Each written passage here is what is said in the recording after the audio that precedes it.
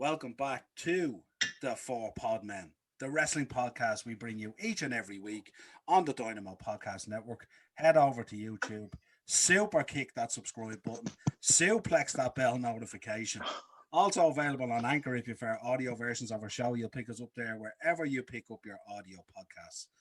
And joining me tonight, as always, my four Podmen, the brothers in arms. Dean is on a sabbatical this week. He'll be back next week, no doubt. So shout out to Dean. But tonight we are going to have a quick look back at what was Wrestlemania 37. And we're also going to touch on some hot topics, including some interesting releases that have happened this week. Joining me, first of all, the Podfather rocking a beautiful Kiss shirt, Ian the Dynamo Kelly. How are we, Ian? Love that Akeem dance. Beautiful. Also joining me from the suburbs of Sligo, Joe the Beef Duignan. Joe, how we doing? I'm not quite in the suburbs. I'm actually further out than that. West Coast. But all good, always good to be here. Looking very fresh on that new camera. I like it. And as always, joining me, my tag partner, the D-O-double-G, Jay Kennedy. Ow. Jay, man. Oh, yeah. Sitting here in my pajamas, sitting here in fluffy socks. I got a brand new bottle of whiskey, just cracked it open there. I'm feeling real good about the next 2 hours right now, man. Real good. Before we go any further, show our viewers the t-shirt. Yes. Beautiful. Hardcore before it was a thing, baby. Chairs, mouse traps, fucking dogs, you name it. Anything goes. Fall count anywhere. Fuck yeah. Excellent. So, Absolutely. Before we go any further, lads, I suppose we should offer up our condolences to the Hardys, Matt and Jeff, who earlier this week, their father passed away. So we send our condolences to the Hardy family and especially to Matt and Jeff, I should say. Always sad times when you lose a parent or a father, as they say. But yeah, let's crack on anyway. Where do we begin? Let's kick off at night one, first of all. Ian, talk to me about WrestleMania night one. What was your thinking? It was actually very funny because we had a little thread going, didn't we, in our usual Podmen group, and I thought you were fucking with me, and being April, I was thinking, right, these lads didn't realize that it's not April the 1st. April Fool's Day is gone. I start seeing these like screenshots coming in and links to Twitter saying that there was rain and it could possibly affect WrestleMania, and I was like, they're fucking with me. I'm not going to bother with that. So here I am playing a bit of hockey on the PlayStation at about 5. I was like, right, I'll turn it off now, get ready for Mania. Sure enough, I'm on Twitter myself and I see, shit, rain is affecting. It was a very, very strange, and I mean, it's only right that we talk about that, really, isn't it? Just purely because of the fact that it sets the narrative with the fact that we didn't know what was going on. I was thinking, surely not. The first time there's fans back, like, you know, this is Jim Cornette putting a curse on the Republicans here that they want to go to live shows. The wrestling gods were not amused. Yeah, they weren't. But it was very interesting. You seen the old man coming out with all the stars and kind of thanking the fans and kind of breaking kayfabe, breaking the fourth wall, even though we know they do that. But WWE try and not have them all out together, especially on a big show. Socially distanced as well, I noticed that. yeah, not very much so, but so it was it was very strange. And you know, Vince, in fairness, still has that growl when he goes WrestleMania. I was like, go on, son. But no, I think I suppose we could start with some of the promos that the guys and girls obviously had to do in the back. It was very interesting, and I thought that was great on the spot promo. That's where you were able to separate the good from the bad, which I thought was absolutely. Where's my money going? Yeah, that actually, you know, to throw on what Jay said there, that was the wrestling god shining down, saying, right, now here's your sink or swim moment. And I think you could see people like Drew, who was like trying his best, but you could see that some people aren't great if it's not scripted. No offense, Drew, I absolutely love you, you know that.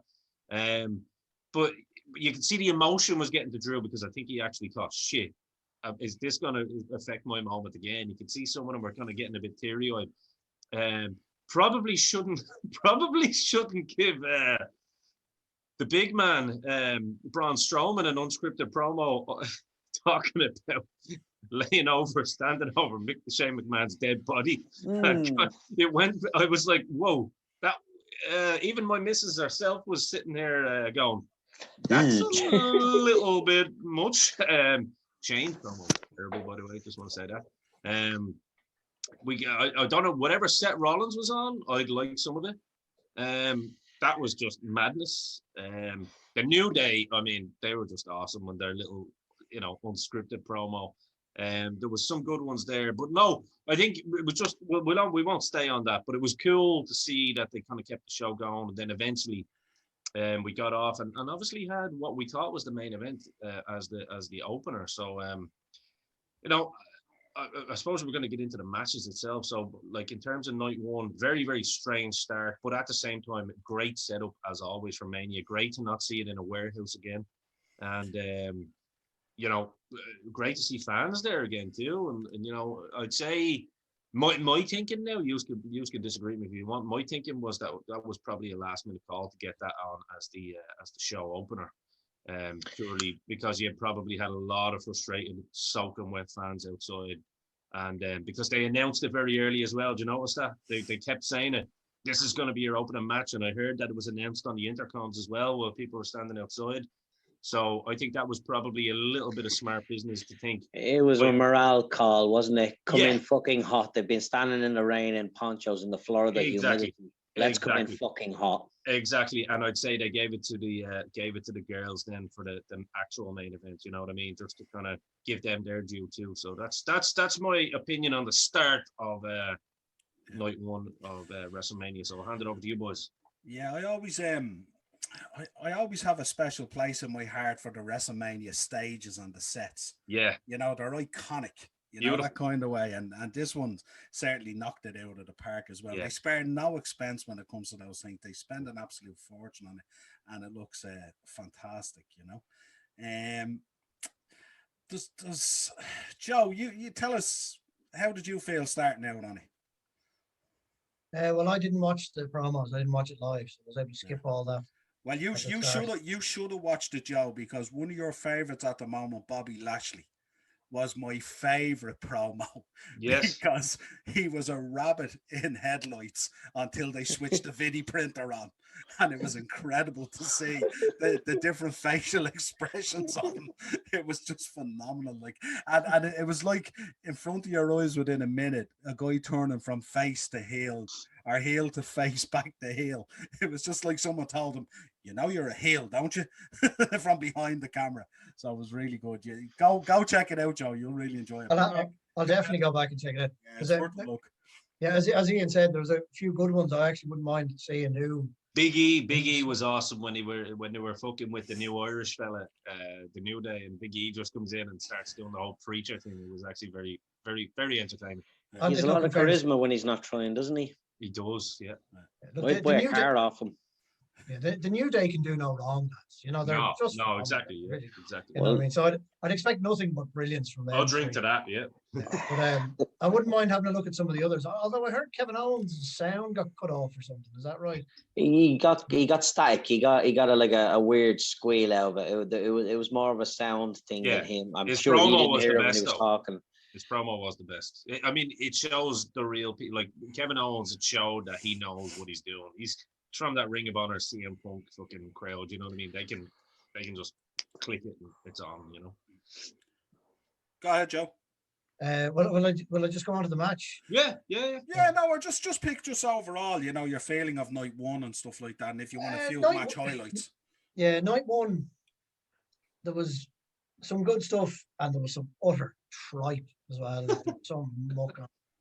I'm not surprised. I wouldn't be surprised, like what Ian said, that if it was a kind of last minute decision to start with Drew and Lashley to get people back, to try and get the seats filled before the cameras got turned on, because I'm telling you, that number one tag team, if that was meant to be the first match, it was worth missing. It was fucking dog shit, especially the start of it was muck. Lana whiffed a kick, and there was an announcer. The announcer got eliminated the wrong team, and it was just It Could was you just. could you put the two worst girls together as well, Joe? Like this glow bollocks, and then your one Lana who's basically just a stripper dancer. Do you know what I mean? Like I know. Look. Naomi's grand. She's not I bad. think you know. I think she's shite personally, Yeah. and I'm gonna No, be honest. she's not bad. Like Lana's crap. Carmella's not great. Billy Kay, all she does is mess. So I don't know if she actually can wrestle. Mess. That's all she does. It's just that's her gimmick is to be a messer. Like. The Riot Squad are decent. Mandy Rose and Dana Brooke, take it or leave them, and Natalia and Tamina, no, they're like both of them way past the best. If there's no need. I was Wow. Wow. Sorry. Oh my God. Sorry? So Feel the Glow is good, but Natalia's past her best now. That's a bombshell. No, I said Naomi's all right. She's better than Lana. You know what I mean? I'd agree with. Sorry, I'd agree. You said they were both now, in fairness to Lana, I'd agree, Joe. who, how many tables does a man have to go through before she earns our respect? That's I mean, fair. she's a little champ for putting the stick in it out, like. No, just because Ian, you lumped Lana and Naomi in the same. No, sorry, Joe. I know where you're coming from. Listen, Naomi's not utter shite. I guess I just hate that gimmick. You know what I mean? But no, I agree with you. She's better. Agree with the gimmick. Yeah. I agree with you on the gimmick. Gimmick's not great. It's fairly crap. But like the one thing I couldn't understand with that match, and as I said, you lads, I love tag team wrestling. Like I had how many on display? 1, 2, 3, 4, 5 of them, and they were muck. It was crap. It really annoyed me. But what I couldn't understand with that match was they made the Riot Squad look really strong throughout it, and then the finish was muck. Liv Morgan got super kicked and died, just disappeared. Like, you know what I mean? There's nowhere to see. And then fucking Ruby Riott was on the ground for half an hour before Tamina jumped on her to finish. Liv Morgan got super kicked and Jay died. Well, you know what? The closer she gets to a few concussions, the more chance I have of winning her heart. So I'm all right with some, a career of heavy blows to the head. And also helps my pursuit for romance. And if she had been let go as well, there's a chance that with that concussion kind of problems and no money coming in, then you're definitely onto a winner. Yeah, listen, as soon as she finds out that in this country you get 203 every week off the top, no tax, baby, she's all over me. So come on over here. We'll get you a paycheck. There'll be no 90-day no compete clause with me, baby. You know what I mean? You know what I mean? So, Joe, what you're saying, Joe, is the highlight of this match was it Dana Brooke who went on her arse on the ramp because of the rain? It was actually Mandy Rose. Mandy Rose, sorry. I meant like there's a difference at the moment. Look, the highlight, the genuine highlight of this match was that it eventually fucking ended because it was crap. I was really disappointed, really annoyed. As I say, I'm not surprised that they kicked off with Drew and Lashley, which was a cracking match, to be honest. It really was. Just two big bison going head to head, two fucking studs, baiting the piss out of other. I really, really enjoyed that match. Especially when Drew pinged his penis on the top rope as he jumped out. Can we actually talk about that for a bit as well? Just a little bit of that match because it was such a big match, you know what I mean? And obviously the title involved. Has anyone else like I love Paul Heyman, especially on promos, you know what I mean? But like for Paul Heyman to be like an advocate / manager, whatever he is. Well, when is the last time Paul Heyman's even got involved in a match in terms of even pulling the foot or, pulling the rope down or, just something. Just Paul Heyman wasn't involved in that match. MVP. No, I know. Or sorry, MVP. Yeah, no, sorry. I know I'm getting ahead of myself. We'll come to that later. Sorry, my apologies, Joe. But no, I actually, speaking on that, that's where I was excited about the manager because I love MVP. Sorry, because I actually had two things written down and I wrote the last match first. MVP, I think, as a manager, as a commodity, as a presentation, he is fucking money.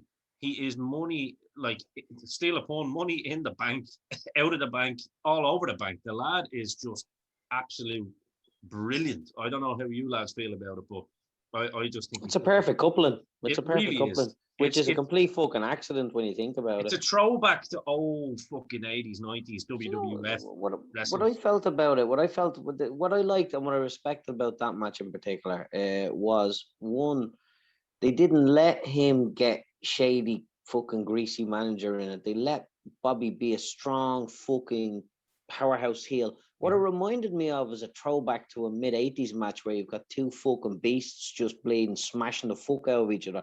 Like a Billy Jack Haynes, Herc Hernandez style where they're going move for move, smash for smash. They know that there's going to be an outcome soon, but it's two bulls in the ring and one has to win. I don't think per se you're right that he doesn't get overly involved in shenanigans outside the ring. But if you've got to get involved greasy style with a man like Bobby Lashley's fucking work, it's almost like a type or a style. They want him strong and hard going into the future because they know fucking Brocky's coming back soon and they need Well, this. that's you're right, Jay. I agree for that one. In fairness, I had that written for later for Heyman because I think Romans wouldn't give a shit if he had that because I mean he has other people coming in anyway. No, Yeah. I agree with that because I was actually thinking Hercules Hernandez and Warlord. You know what I mean? When you two boys like Slick would still be there, but Slick didn't need to do shit really. Maybe the odd like he'd hook or maybe the odd time he'd pull them down, let one of them fall to the outside. It was usually about the big behemoths going in. It's more of a style of heel. There's more like it's kind of like a style of heel. It's the man. I'm his mouth. I'm not his fucking hands. His fists are like lumps of bleeding concrete. He doesn't need me smashing you over the head with a bleeding stick around. Anyway, I forget where we were. Sorry. Yeah. Just on that. I said it last week about after our NXT review that I like the idea of a manager not being physically involved, just being on the outside. Because Scarlett Bordeaux did it for Cross, and I like the idea of MVP, the likes of MVP and Paul Heyman, not getting physically involved and just as Jay said, being the mouthpiece and letting those trust big the bruisers, talent. Yeah, let those big bruisers go in. No, I agree. The only point I'm making is it can lend itself every now and then. Do you know what I mean? I'm not saying it has to be. You're not wrong. We will come to Roman Reigns later, so we won't go ahead of it. I'm just talking. There's certain types of managers. No, but Ian, what you said was only a name change. It actually applies to this match as well. Fucking point for point. It's the exact same in the sense that. Now that I'm considering the dynamic, just that you said it makes sense as well. Getting rid of fucking Shelton and the other lad. If you want, like, what's the point in having that much fucking meat at the side of the ring when you've got that much meat in the ring? You're like, why does he need anybody? It makes cerebral sense getting rid of all the accoutrements to the like. I would have loved them if they'd have stayed a crew and let the boys wrestle over there and do the New Day kind of style of thing where y'all meet up in the bar later going, how was your match? Oh, it's great. How was your match? Yeah, we're all fucking pals. You know what I mean? Fist bump. They didn't need to be discarded. Well, Bobby definitely didn't need it. That's what I'm saying. With a heel like Roman Reigns, because of the way his character's gone and the way he's just completely sold himself out. It's okay for Heyman to trip an odd leg here and there. Yeah, we'll come back to that one. We'll come back to the comparison between the two champs. That's staying on Bobby though. Staying on Bobby Lashley. Yeah, man. I do agree that that's the perfect call, and I agree with you and Joe there on that one because you want to make Bobby strong. That was a great point. I liked the fact that the boys went as well. MVP is just his fucking associate, his agent, whatever you want to call him outside. That's great, and Bobby can do the work in the ring. And I have to say, I agree. I thought some people didn't like this match, but I personally thought it was some big names even didn't like this match. I personally thought it was the exact story that it needed to be, and it really. And we called it, didn't we, last week on the Podmen? It went exactly, I think, as we all hoped it would. It made sense the way it went. Yeah. Let's move on, Joe. Cesaro, Seth Rollins. Look, it was always going to be good. You look at it. You look at the two names on paper. You said it can't be bad, and they absolutely killed it. Some of the counters in this match were beauty. Like the Gotch neutralizer into the pedigree where he flip round, bam, straight into it. And then, but the other one that was better was when Rollins went for the stomp and he came up. That was beauty. It was unreal. Like it was absolutely like the two boys are brilliant. So I And would Joe, have been, you know from back in the day, I'm a firm fucking fan of the old European uppercut. Cesaro just, it's like Orton with that RKO, isn't it? He can literally do them out of anywhere in any scenario. I wrote that down as a highlight as well. I love that. yeah. It's I fucking just, timing. Yeah, yeah, I just love this match from start to finish. yeah. And I said the two lads are fantastic as well. So like I would have been very, very shocked if it hadn't have been as good as it was. And it absolutely and utterly delivered. And the right outcome as well. The right man having the hand raised. Absolutely loved this match. Everything about it was brilliant. Yeah, love it. Hopefully they do something with Cesaro now, because that was awesome. They've done it on the grandest stage of them all. Yeah, that's what I'm saying. They've done it before though, so well, not on the grand stage of them all. They were threatening to push him, but I mean, I hope they strap the Rocket now, because he deserves it. Let's move on, boys. Then Strowman, Shane O'Mac, steel cage match. Can I start that one? You can indeed. I was actually a little bit like, I didn't, you know, I told you I wasn't a fan of this. I'm not a fan of Braun Strowman in any way, shape, or form. Anyway, I think he looks fucking great. I mean, the fact that he's got a six-pack going on now, it's just good. The lad look any more physically dominant. And I'm not having a go at Braun Strowman at all. I think actually in a lot of ways they booked him wrong by having him actually do promos. I mean, going back to what Jay was saying, he needs a slick or someone like, I mean, someone like an MVP would be fucking perfect for him. But you know, Strowman, I think, doesn't need to ever speak, you know. And I used to hate, get these hands, because it just sounds like a fucking moron, you know what I mean? I used to hate that. Because it sounds a bit creepy too. You're going to get these hands, baby. You know what I mean? Like, this is what Paul Stanley should be saying on stage. You're going to get these hands, baby. You know, it's a big behemoth like him saying it's a bit creepy. But no, I like Shane O'Mac in the big stage of these purely because, you know, he's going to do something mental. And I like, you know, a lot of times he's going to get his arse kicked, and he's good at throwing himself around like a rag doll. He's a bit better at it than his old man in terms of he's a bit more athleticism than Vinnie Mac, you know. But I mean, it was like, I didn't love it, but I didn't hate it as much as I thought I would. Does that make sense to you? Do you know what I mean? Yeah. I didn't love it, but I didn't hate it as much as I thought it would. That's all I wanted to start off with. Go ahead, Joe. Well, I like Braun Strowman. I do agree with Ian.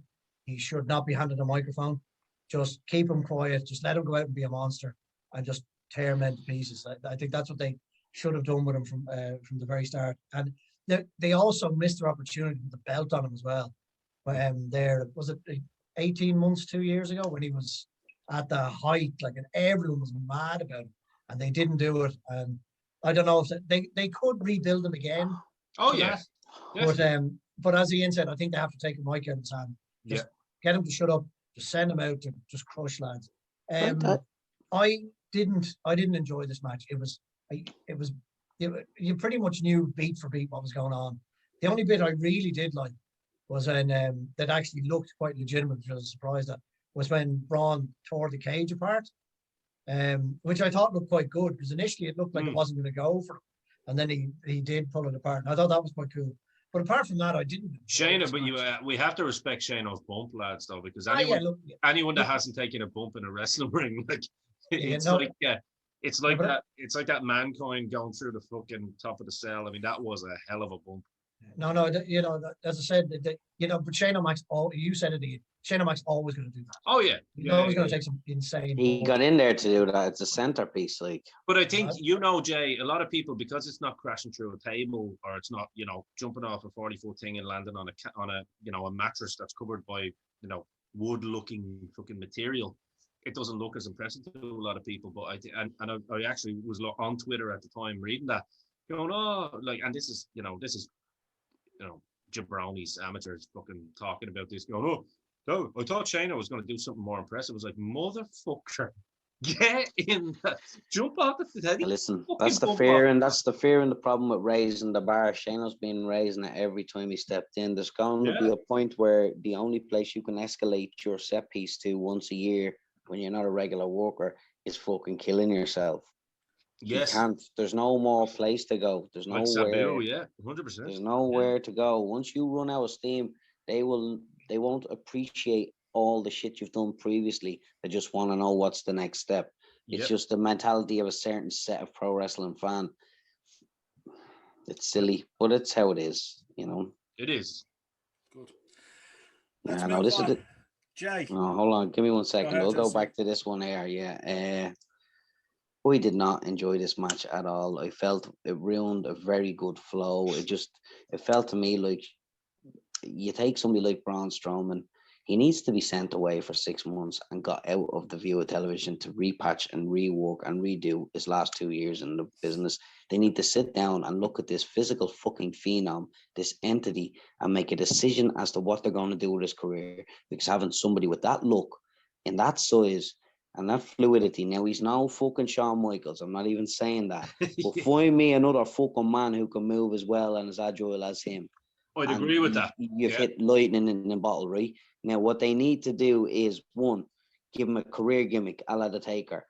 What he needs to do is never open his fucking mouth. He doesn't need a greasy manager. He doesn't need a fucking... What he needs is something on the fence that can flip either side, like a switch on him, where you can make him heel or babyface. And the only place that can come out of is a focused centerpiece in his gimmick. He needs a fucking 4'8", pigtails, fucking sweet as fucking anything, American fucking pie, innocent fucking female relationship character, like a Miss Elizabeth, say, a career female character. And if you cross her, that triggers Braun. Don't let him be the fucking conduit for his gimmick. Let her. And if sometimes he needs to do 2 years on the bad side of the fucking tracks, well, then let her manipulate him and let us as viewers see him being I manipulated by disagree her. with you, Jay. I have to say, and I don't usually like. I know where you're coming How from. so? Only now. Look, I don't hate the idea at all. I'm just saying I Just tell love me. I love the idea of him having like a Bobby the Brain Heenan. I mean, personally, here's what I think. He should fuck off for 3 months, right? He needs to go into away this- without a shadow of a doubt to Go wash off the for stink off him. This felt like a 3-4 punishment months. match. He is a fucking match made in heaven for someone like a Heyman. Do you know what I mean? A match made in heaven. And I'm not saying Heyman has to manage everybody. I'm not saying that. But someone of that ilk, and he's probably the only one around now, although MVP is there as well. Do you know what I mean? He needs somebody of that ilk that can talk for him. I do respect your point, absolutely. Oh, yeah, no, but Um, the thing with him is he needs an activate. He can't talk. He doesn't know how to work babyface. He doesn't know how to work heel. So you got to get him working passionately. What he needs is a trigger, and nobody gives a fuck if somebody slaps any of these other men who are career bleeding managers. He needs something individual and localized entirely to him that nobody else has that They can tried it with manipulate him. Alexa Bliss, though, didn't they? Yeah, but They that was the what, didn't they have a Facebook tag team thing, and Oh, the two of yeah, them yeah. the two of Yeah. them were put together, and Yeah, they had a good, yeah, they it was actually an had a good, online. Yeah. they had a decent chemistry together, and they never went anywhere with it, which was Maybe that could mad. maybe that could be the one that Jay's talking about then, you know what I mean? They can't, because she's with Bray Wyatt at the minute. Yeah, but it can't be Anne we've seen before. It's got to be something new. It's got to be like his fucking Mott on TV. Something which is a complete juxtaposition to his visual. Something tiny and dainty with all the power. Do you know what I mean? A way to access Braun without accessing Braun. I mean, you can slap the spit out of him all I want, but if you say Anne to his little fucking girlfriend, not even a manager, just like an accompaniment to the ring. She doesn't have to be fucking business. Yeah. He needs to be triggered and accessed via some conduit. And at this stage now, they're running out of ideas from. They've thrown so much shit on the wall that it's starting to stink up his career. And he's a young man, and he's a physical specimen. He deserves better than this at this stage. Like, because when they're finished with him, he's not the kind of guy who can turn around and say, "Okay, New Japan, I'm ready," or "Okay, fucking Ring of Honor, I'm ready," because he's a pure Finney product. He don't have work outside that company. And that match was just like, why was there all that stuff at the top of a fucking cage? Like, what was all that shit about? Yeah. What was it? It was like, you just, I didn't get it. It stank up the fucking card, and we had a great flow till then. Like, I mean, when you consider the first match. I disagree with Jay on the flow, because before that match, you had New Day versus AJ Styles and Omos, and that match Before was, Braun?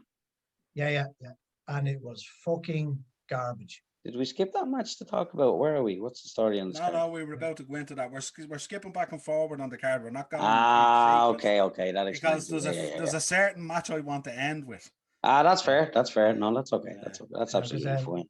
Sorry, do you mind? No, go ahead, John. Is it okay if I go on about Yeah, that? absolutely, yeah. Sorry. But so I just disagree with you, Jay, that there's a good flow, because before that match was a complete and utter dog shit match as well, which was the New Day versus AJ Styles versus Omos. And you had 3 fantastic wrestlers in that match. And you had Omos. And see, I don't know if Omos is good or bad, because he did fucking nothing in this match. He just stood in the corner doing like a statue that stuck his arm out once in a blue moon.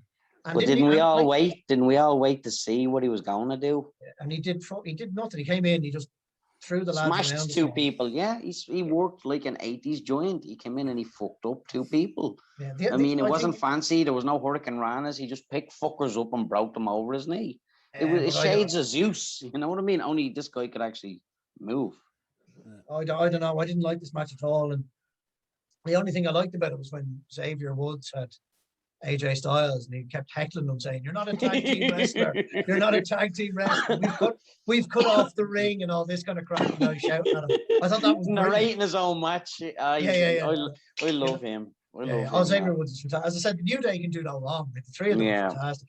But I thought this match was utter dross. I couldn't stand it. As I said, your man Omos eventually gets tagged in.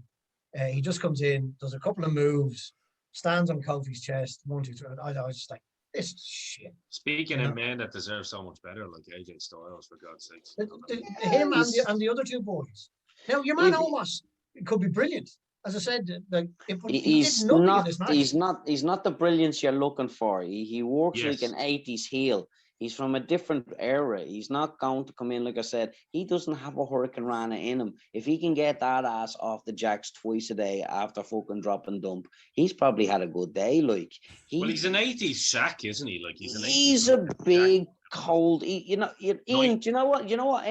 Omos. I'm going to keep mixing that up, right? He looks like an Amos to me. Do you know what Amos? Amos. Do you know what Omo looked like to me? He looked like they had run like Zeus from the old days was like the first fail, and the experiment failed, but they gave it one last shot, and this was as close as they could get to what they had drawn down on the board. I need him larger than fucking everything. I don't need a million moves out of him.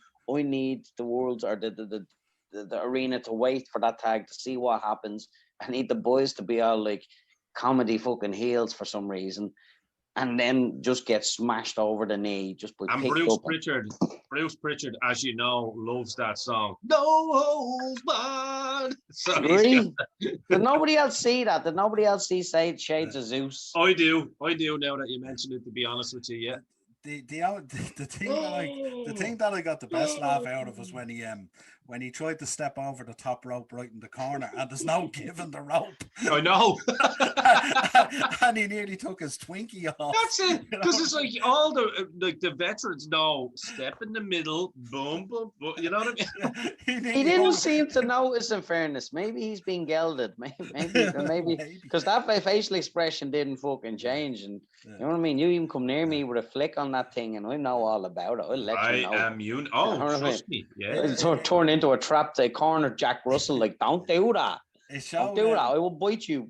It showed his lack of study of the big man game. Really, that's where he was climbing over the top rope. Sure, even when I used to step into the ring, I'd always do it, kind of put the leg around that way first.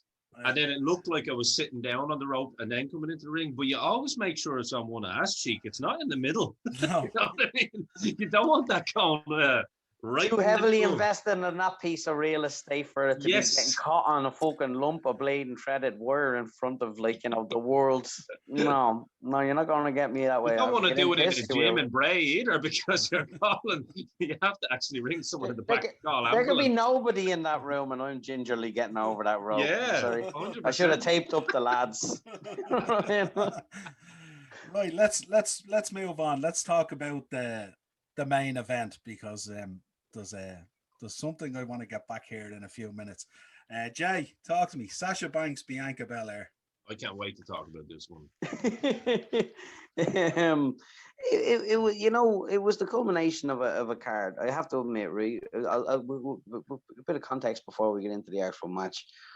I enjoyed the first night. I was dreading it. I was fucking dreading it. And what piqued my interest, interestingly enough, was the fact that it rained, and they sent all their fucking employees out to talk for their dole money. And it was, they should call it the 90-day no compete clause fucking interviews, right? It's like, show me what you got, boys. And it was interesting because it let me know what men can do on the drop of a coin, because wrestling is that kind of business. Shit can Yes, change. sir. You Yes, sir. know, if you ain't live, you ain't raw, and you can't do it off the drop of the drop of a coin. Well, then maybe it's time to go back to development. That's it, vicious, yeah. Yeah. Oh, we're live, pal. That's what I kept talking every time anybody spoke. I'm like, you know, don't you? And you could see who was shining through. Even the ones who weren't great, but were putting a little effort into it, and they'd spend some time in front of the camera at home, as opposed to people kicking back going, performance center. Yep, made it. It's like, no, you haven't, because we all know what happens after Mania. If you don't make it, you'll know all about government cheese, baby. Oh, But, yeah. But it started. I want that in every pay-per-view now. I want 15 minutes. I want them all to know going in, it's not going to be gift wrapped and put to you on a plate. I want the world to stop blaming fucking creative writers. If you've got nothing to work with, there's only so much you can fucking write down. You can't write people brilliant. You can't write charisma. You can't train or teach what it takes to be great. You've got to have that in you, and then they fucking polish it off. And I loved it. And then you had a Taylor than me, the two boys locking horns going at it. Boom. I loved it. And then I can't remember what happened after that. I think it was probably that fucking tag match. Joe's tag match, yeah. Yeah, but that's okay, because I had lived. Don't you dare! No, Liv Morgan in it. Sorry, Jay, I have to put you up there. Don't you dare put my name on that fucking bullshit crap. Sorry, go on, Jay. I'm happy that you did that. You cut me off anytime you feel like spitting fucking venom, pal. But yeah, look here, listen. That one perfectly. All I need to see is a little Liv, and I'm happy. I've got enough out of that match. I mean, that's fine. Just live a little, Jay, right? Yeah, I live a lot. But, live a little bit. You know, and look, the Cesaro fucking Rollins. You had this fucking counter match. It was wonderful. It was what two men can do when their timing is on spec and they know each other and they're familiar with each other working. I make every fucking pro wrestler in the performance center clock a set amount of hours with everybody on the performance roster before I let a camera even lick them. It's like, you know this man, you go with this man, you fucking smell, breathe, eat, and fucking live every gesticulation, every fucking aspect of his career. You know what he does between moves that makes him what he is, so that you can meet him in the middle. And if I put you against anybody, pull names out of hats and fuck them into the ring. Show me what you can do with each other. Learn this business, learn each other. It's not about, oh, look, I know 6 moves, not going to get in the ring, boss, unless you're fucking Amos. And then you had the tag match. AJ, if you want better matches at Mania, stop spending most of the year talking about your retirement. I mean, you've got to let the boss upstairs know, here, listen, I'm in it for 5, 10, 15 more years. And then you'll be like, okay, maybe we can do something with this. Because every time you listen to AJ, he's talking about kicking back with the kids and not doing it anymore. Well, I think that's only because he was main event level, and then all of a sudden 1 week they basically didn't do that with him again. In his defense, so I think there's a little bit of. Look, they should need to sit like down. Vinnie Mac isn't like, you know, all that. Let's be honest, Jay. Vinnie Mac's a fucking idiot sometimes too. As much as we love the man, yeah, like, let's be real. Ian, he's the captain of the biggest game in the business. Literally. Yeah, but he's also a shy captain at times too, especially when you know who the head writer and the head overseer of everything is now. Some fucking bitch from a failed Hollywood fucking project. And because it's corporate WWE now, she's probably a lovely lady. I'm just calling you a bitch. Who's holding the gun that's held your head? Who is holding the gun that's held your head when you signed the contract? No, nobody. But that's this the is state of the business now. No, but listen, we always say it. It all ends with one man, and Vinnie Mac is responsible for it all still. So he has to take his licks when he also gets it wrong, and he is getting it wrong. Listen, well, look, 100%. Who's the stooge that he brought back?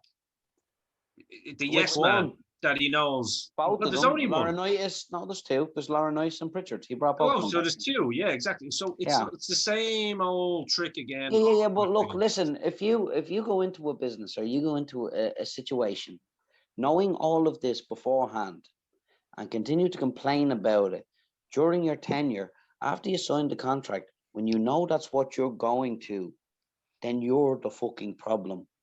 WWE is a ghastly place to work. They always get a lot wrong. but it's still the biggest dick on the table. Oh, yeah. I agree. We're both in agreement in different ways. Yeah, 100%. We absolutely are. But 100%. I am I think 100% in agreement with myself. we are. Like, I think, but no, I agree with you. Look, I think AJ, I mean, look. Yeah, but look, listen for 1 second as well, right? Yeah. We can't continue to repeat every Mania every year with the same guys in the same position. There's a jockey and a vying for place on the card, and the groom and overall main event roster, which will see you through 12 pay-per-views a year. You can't just be in the main event every fucking month. No, I agree. But does it take a genius to realize that? Yeah. Finn Balor versus AJ Styles might be a decent match on the card. Does it take a genius to say AJ Styles versus Daniel Bryan? That's coming next year anyway. But does it even take a genius to say, right, we don't need to put Daniel Bryan Yeah. But this Daniel Bryan, AJ Styles. This Mania is where we are now. Yeah. And I think they got a lot wrong with the matchmaking, personally. They probably did. There's 1,000 ways you could have done different matches. AJ Styles doesn't need we could be here till the cows come home talking about better ways every Mania could have ended.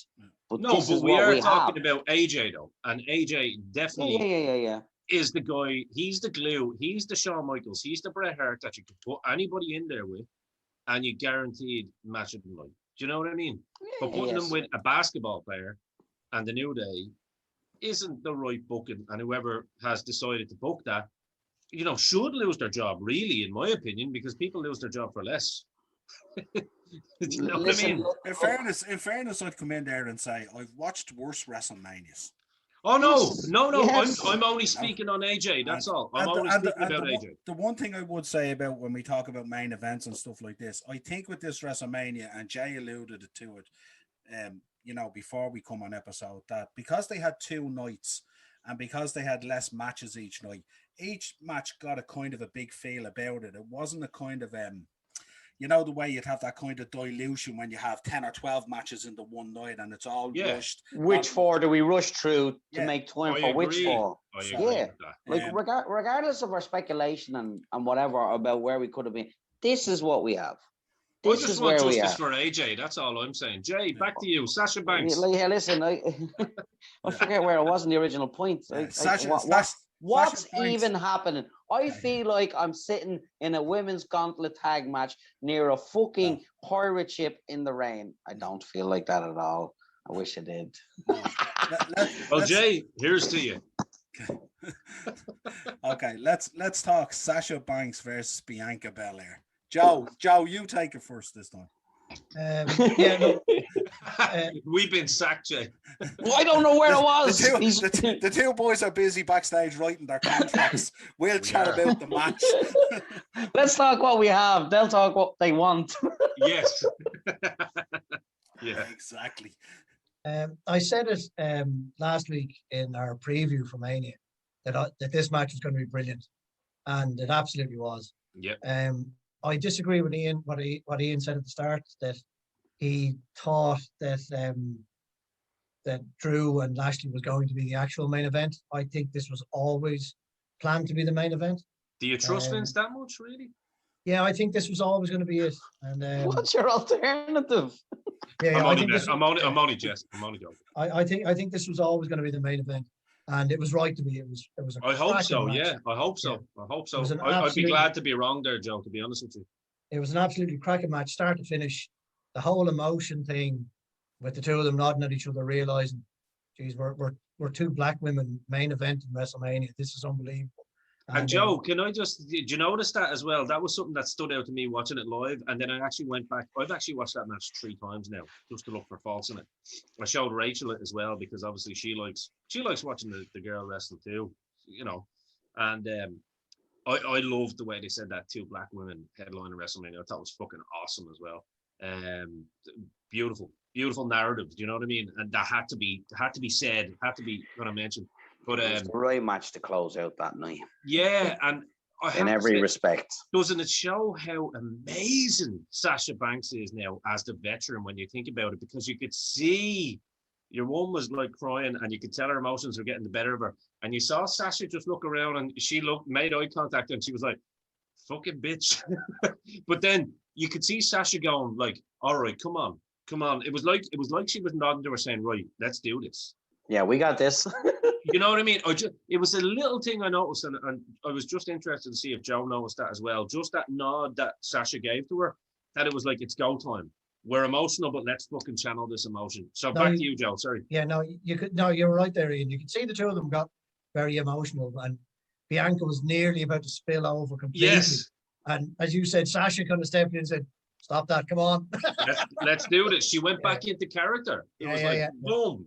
Love she it. dropped. You could see she dropped character for a few seconds. Split second almost. Yeah. Just now, she did drop character for a bit, just to let the emotion kind of swell over, and then I think she forgot where she was and got lost in a moment. I don't think she realized every camera was pointed at her fucking face, like, because it's rare you see such a genuine flash of humanity in the ring. Everybody's so heart-groomed to be all and just to see that glimmer of fucking humanity in her eyes, you could see it was like and any other day I'd be fucking ripping this to shreds. Any other day, you know what I mean? But this was beautiful. Listen, without a little emotion, how is it done right? I know, it was amazing. Like, and as you said, Ian, Sasha just brought it all back down then and just went, "Right, come on, bitch. Don't you dare start crying. Don't you dare start bawling. Let's get this on." Yeah, it was nice. It was brilliant from start to finish, lads. Like, there was nothing wrong with this match. I'll tell you one thing, boys. A hair whip. I don't know how they do the sound from that. It's unreal. But no, there was no sound. Did you see her stomach after? I don't know if that was real, man. Hey, lads, I watched it 3 times for that very reason. Well, unless there was actually a sound effect like the old Kung Fu movies. Yeah, I'm not. As I said, I'm not sure how to do that sound. Brilliant. But I'll tell you one thing, boys. There's a fella that was on that card early in the night. They say is the pound for pound strongest in WWE. He has a rival in Bianca Belair. Some of her feats of strength were unbelievable. Walking up the steps. No, stop. With her over her head. It was like she was absolutely fantastic. And as you said, it was like, Some hurts. Don't mind him, Joe. Finish. Yeah. But he's just trying to derail you, Joe. He's just trying to derail that's you. That's only. He's your tag partner. But no, look, it was fantastic. As I said, fantastic start to finish. There was nothing wrong with that match at all. No. I absolutely loved it. It was like, for me, it was a nailed on main event. It couldn't have been any other match. It had to be that, because I can't see any other match coming on after that, after all that emotion and how well they did, and another match coming on after it. No, it had to be that. Like, I loved it. Absolutely loved it. Right. So can I just say something as well? I'm going to make a bold statement here. I thought it was the match of that night without a shadow of a doubt. For sure. I don't have it. I mean, a close second probably would be Rollins and Cesaro, but I mean, even saying close second actually makes me feel bad now. I think that was everything a main event would be. It was a great fucking match, and it was. Yeah, when we get to night 2, we'll see what was the match of the night for everyone. But for me, night 1, boom, belonged to the ladies. I'll go one further. We've got this way of dissecting things now, which is, it's just wrong. Okay, when you're offered an event, it was a great night of wrestling. You had aspects in every match, even shit ones, even comedic ones. I mean, the gauntlet match, fair enough, it was hilarious, but the everything had little bits in it. It was one complete evening of viable quality entertainment. I enjoyed it. I enjoyed the whole first night. It was me too, and it was crowned by a brilliant match, regardless of gender, regardless of anything.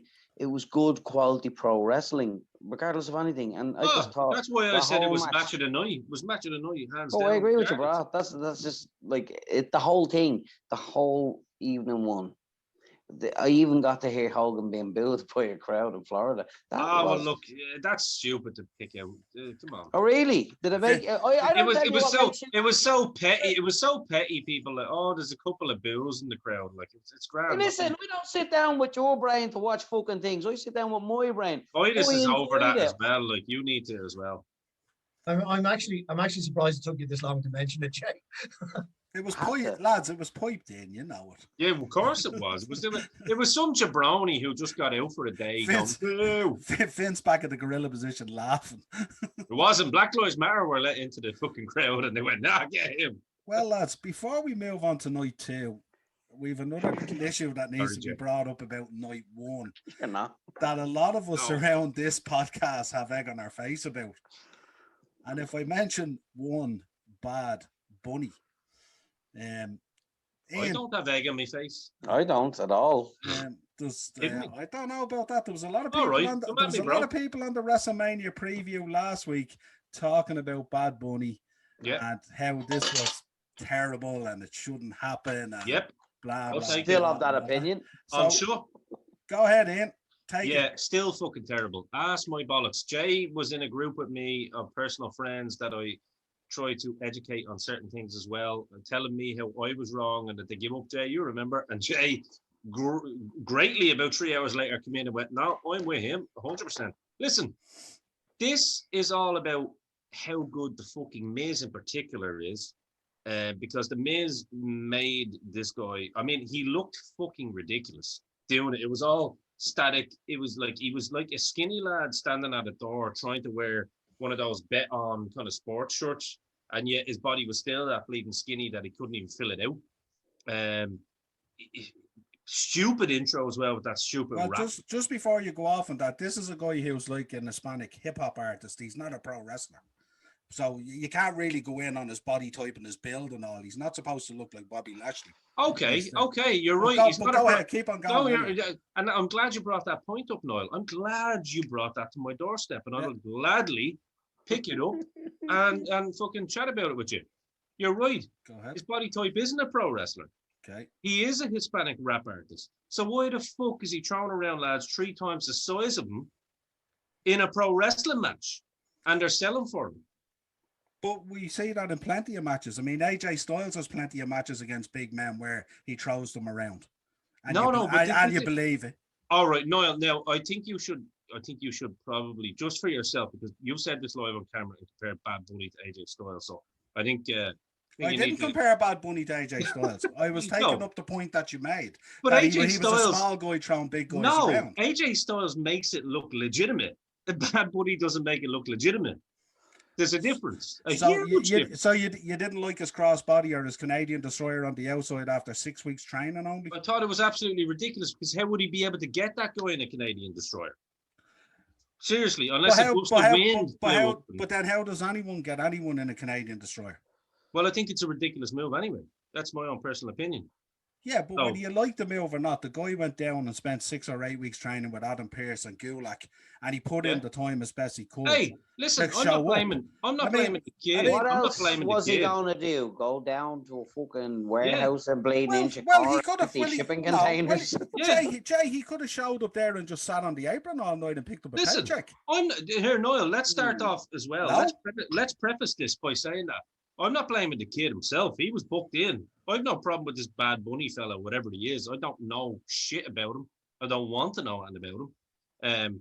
But what I do respect is the craft and the art of professional wrestling. I think, again, it goes back to ridiculous booking from fucking WWE. And again, Vince McMahon, he okayed this. And what I'm saying is that the real stars of this match is The Miz and Morrison. Because that's without question. This is a wrestling podcast. That's not without question. When I go into particularly work, Morrison, or when I go into work and I talk to casual fans about it, and they're telling me that I know nothing about wrestling because this lad done great, and I'm saying no, he was made look great because of this, and then I give up even explaining it. I'm like, right, you're right, I'm wrong. What would I know? I only broke my back. But the only way to communicate how we feel about this whole thing, right, is through the art form of analogy. It's like asking somebody to step in on a fucking NBA pitch or NBA court, right?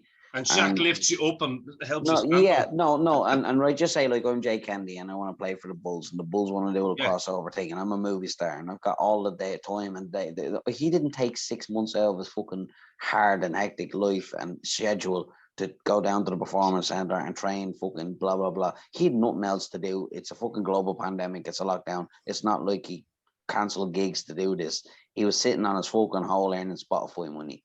So he went down, he did 6 weeks. He worked with men who are of a ridiculous level of talent.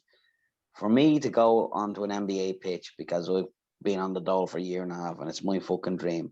And to have every other player scale down their skill so that I can score the finishing fucking hoop is bullshit.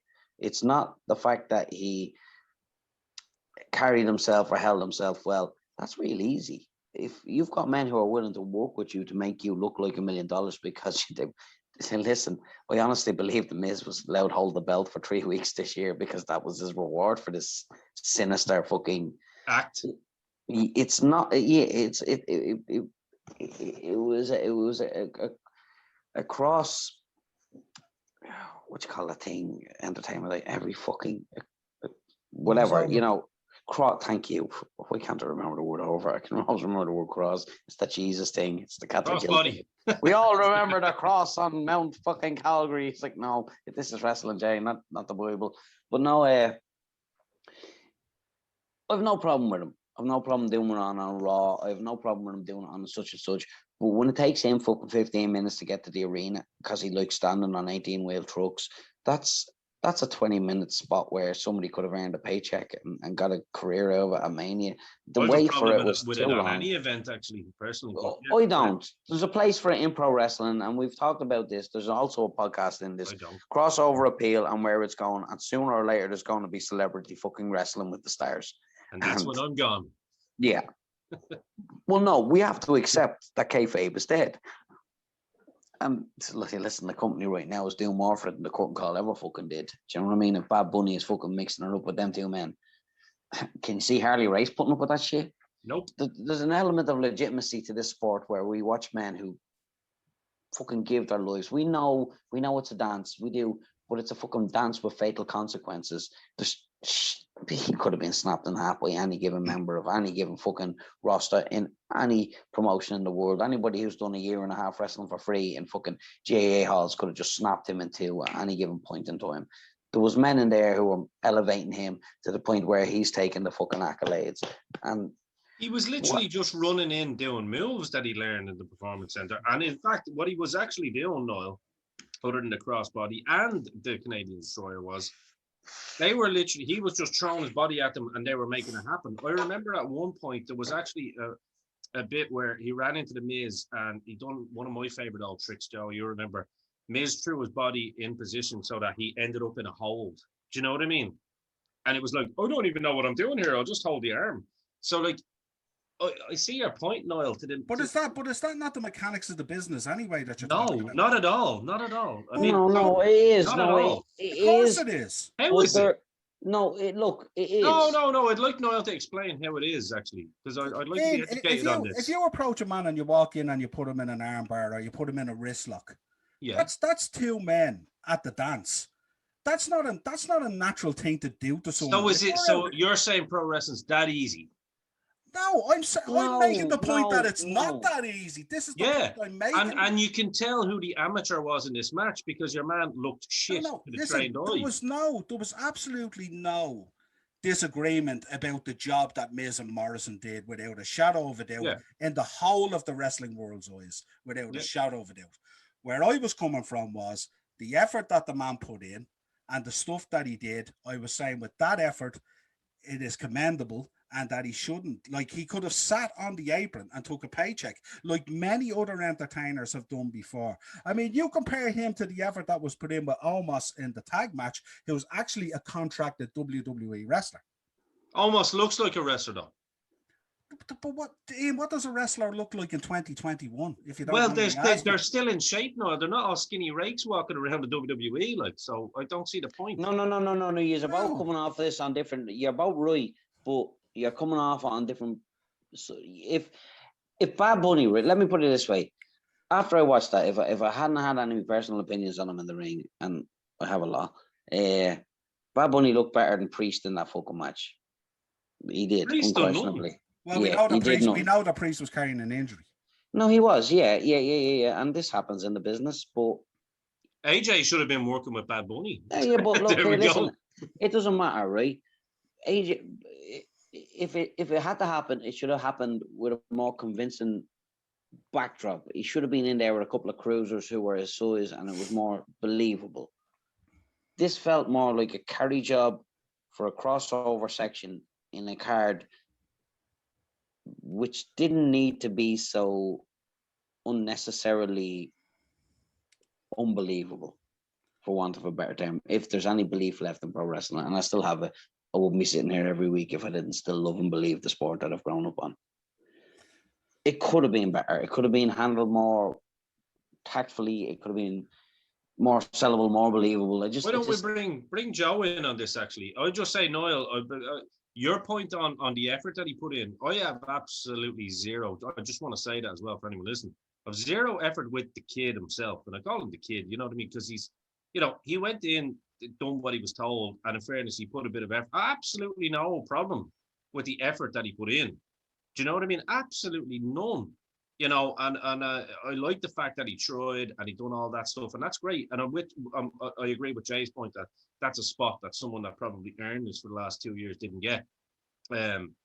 But Ian, on every WrestleMania card, there's a spot that someone gets. There is, and it's always Vince, and that's always down to Vince. I mean, we say Floyd Mayweather knock out the Big Show. Come on. Because he broke his nose. I don't care how big you are. If you're swung on the chin, I don't care. Yeah, it doesn't matter. You're wearing the money team I know there. that, but what I'm talking about in terms of hard work for someone else. Work. You know what I mean? There's always that crossover entertainment that will take that spot. There is. Wrestling fans, we always turn around and go, that should be in Ziggler's, or it should have been Cesaro's, or it should Liberace should be in a ringing the bell. That's where the entertainment should fucking stop. Liberace doing a fucking the match was always like the storyline to the match was always geared towards a carry job. I mean, no one was in dispute about that. But that's what we're saying. Yeah, but where I was coming from is, regardless of that, well, I mean, you'd have to have the Miz in there to do that, because he's nearly one of the ultimate professionals in terms of doing that and making people good.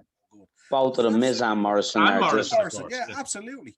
But all I'm saying is, in recognition of the effort that Johnny Drip. And what he did, I just thought last week I was on the podcast and I said that I wasn't expecting anything out of this at all.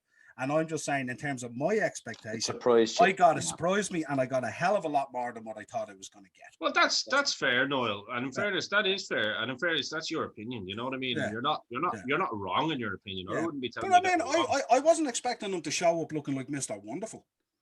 No, but at the same time, like, I'm just saying that, Jay is right. He took fucking 15 minutes out of it. I don't know what I was listening to. I thought, do I need to put headphones in to listen to this? I was like, what is happening on this intro? Anyway, Joe, why don't you chime in on this this heated debate, which I love? I hated this from minute one. Fucking dog shit. The two boys came out with their absolute muck fucking lip syncing. Then you had Bad Bunny taking 20 minutes to fucking get into the ring. I hated this. And then I hated the match itself. I thought the only thing Bunny did well, I thought genuinely, was that he sold quite well. And apart from that, I thought he was crap. And I know now, like, he had 6 weeks to prepare, but I think he should have done what you said, Noel. I think he should have just sat on the sidelines and been a cheerleader and picked up a paycheck, because I hated this. But Joe, if he did that, the wrestling community would have went in worse on him. No. Of course they would have. If he just sat on the apron and did nothing, as opposed to go out there and put in. He has come out very well across the board, Absolutely. I have to say. Yeah, but that's unfortunate, because the amount of idiots that don't know what they're talking about, that's why he's come out across well. Yeah, look, I think idiots like Triple H and all, yeah. Oh, well, Triple H. Oh, yeah. So you really think that Triple H thinks that he looked well? Do you? Of course he's going to say that. Well, you can only go on what you're being told, then. You don't have to delve into the back. All right, well then, Jesus, if you're only going with what you're being told, then you're a gullible human being. Then. So when we sat here all last week, we all thought that this was going to be car crash. It was going to be absolute rubbish. It was a waste of time. It was a waste of spot, and it was all this sort of stuff. It was a waste of a spot. Well, it wasn't a waste of a spot, because it was everything. No, because unfortunately, Ian, this is not 1985. We're in the business of entertainment now. It's not 1985. Sorry, yeah, exactly. Why do you sit during the week watching 1985 pro wrestling then? Because that's of the vintage that I am. Yeah, personal preference. Yeah. That doesn't mean I can't open myself up to the entertainment side, the E in WWE. You can absolutely, but we can Absolutely. also. But I we think can I also. think I think what we're losing, But we can sit here and critique it also without you kind of getting, your period as well. I'm not getting my period. I'm just I making think a you are point. a little bit. No, I'm just making a point. I have a different opinion. Just a that's little all. bit. Just a little bit. Yeah, well, we were Yeah, all knocking them last week. There's a number of And boys. we're knocking him this week too. You're the only one. Well, I'm not knocking him. I'm defending him. I think he did a great job. Yeah, you No. did. He's awesome. He's great. Sorry, no. World champion, David Arquette. No, sorry, no. When I meant he should have stayed on the sideline, I don't think he should have been in a match. He should have maybe sang an entrance song for Damien Priest or something. But see, Joe, that's a different argument because we have the match as the match and it was presented in front of us. It's what we have. We can't turn around after the fact and say, well, he should have never been in the match. That's a totally different argument, Joe. Well, look, we were saying last week he should never have been in a match, and and after watching it, he should never have been in a match. I fucking hated it. Hated every aspect of it. I couldn't stand. I think it was a waste of some very talented wrestlers, and you could have, and a waste of a position for another talented wrestler. Man, there is another aspect to this that we're not looking at. Unfortunately, here comes hot tag Joe. No, he's gonna go back on his word now. No, is he after being goaded into it? Is he? Listen, the art of diplomacy is manifold. We are in a state now globally where wrestling needs as many new eyes on it, and the crossover match has its place. I wouldn't agree with this. I wouldn't have signed off on it, but it's what happened. It's what we have, and it's mostly what people were talking about at Mania. Yeah, 100%. I mean, look. If you know what, look, listen, hold on. Yeah, I got 1,000 says. You're going to listen. Let's put a pin in this. Keep that finger down. Unless you're putting that finger up your hole, don't point it at me. Well, why should I continue to make points if I can't finish them? Well, I just wanted to say, for me to put a pin in it, I agree with what Noel was saying in terms, and I agree with what you're saying in terms of, I understand the new eyes thing, 100%. I just wanted to say, and then I'll go. All I'm saying is, we can have these disagreements in terms of, like, I don't agree with it, I don't like it. It doesn't mean that I'm stuck in 1985. Hell, I enjoy some aspects of AEW. Do you know what I mean? I enjoy. Well, look, it's more believable for me for Shaq punching someone in the face and getting a pin on someone because he's fucking Shaq and he's trained MMA at the moment and he can knock you out than Bad Bunny, beating up two lads twice the size. And that's the only point I'm making. So, Jay, I'm actually with you. Go ahead, brother. Sorry. It's where we are now in the state of global wrestling. The simple fact is the company is trying to create and build and bring new fans, and it was a raging success in that respect. Yeah, 100%. Yeah. From a business perspective, from a publicly floated company who just signed a $5 billion or $6 billion deal or whatever the Peacock deal was, this match was probably almost a network stipulation to bring in more fans, boost the price of stock, and make the company a viable crossover commodity again. We've never seen it to this degree. I don't know whether going forward we probably will. Like I said, I'm very suspicious as to the crossover fucking dancing or wrestling with the stars aspect of pro wrestling right now. It's where it is. It's where it is going forward globally as a but we here at the business. Podmen are not paid by WWE, so we're paid. No, we aren't. Exactly. Which is why I spoke the way I did early on about what I did. But you have to look at all factors. Oh yeah, we know why it happened, but we're here to talk about what pro wrestling. In the ring. Yeah, exactly. And what happened. Yeah, not speculate on what should or shouldn't. What did? Why don't we take, after that long-winded one, why don't we take a little break and pause for the cause, and then we'll come right back?